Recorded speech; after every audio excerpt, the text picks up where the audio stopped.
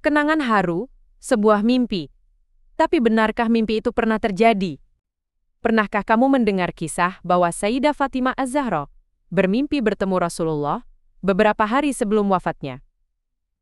Katanya, dalam mimpi itu, Nabi memeluknya dengan hangat dan berkata, "Wahai Fatimah, aku sedang menunggumu," sebuah kisah yang menyentuh hati.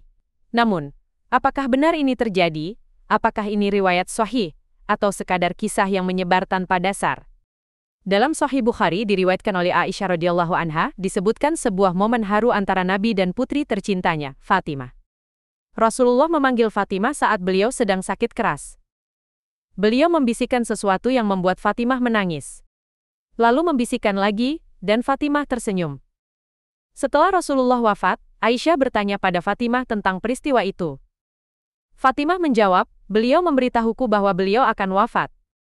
Maka aku menangis." Kemudian beliau berkata, "Engkau adalah orang pertama dari keluargaku yang akan menyusulku." Maka aku tersenyum. Begitu dekatnya hubungan antara ayah dan putrinya. Begitu tulus cinta Fatimah pada Rasulullah.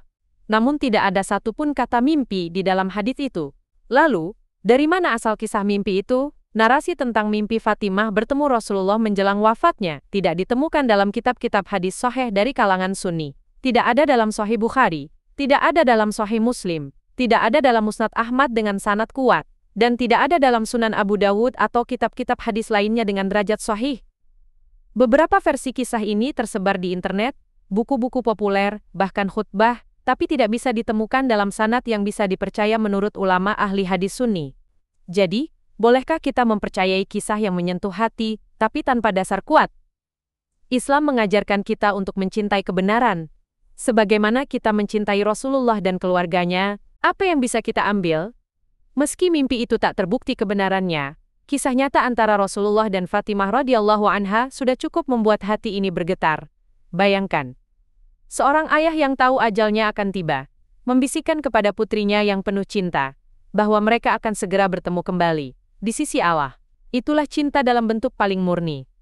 Dan itulah kenangan haru terakhir mereka bukan dalam mimpi, tetapi dalam kenyataan yang agung, direkam dalam hadis yang sahih. Mari kita cintai Fatimah Az-Zahra, bukan karena kisah yang viral, tetapi karena beliau adalah wanita paling mulia, yang disebut oleh Nabi sebagai penghulu wanita surga. Dan mari kita jaga hati dari kisah-kisah yang indah tapi palsu. Karena dalam Islam, keindahan sejati selalu datang bersama kebenaran. Cinta sejati tak butuh mimpi untuk membuktikannya. Fatimah tersenyum, karena dia tahu surga sedang menunggunya.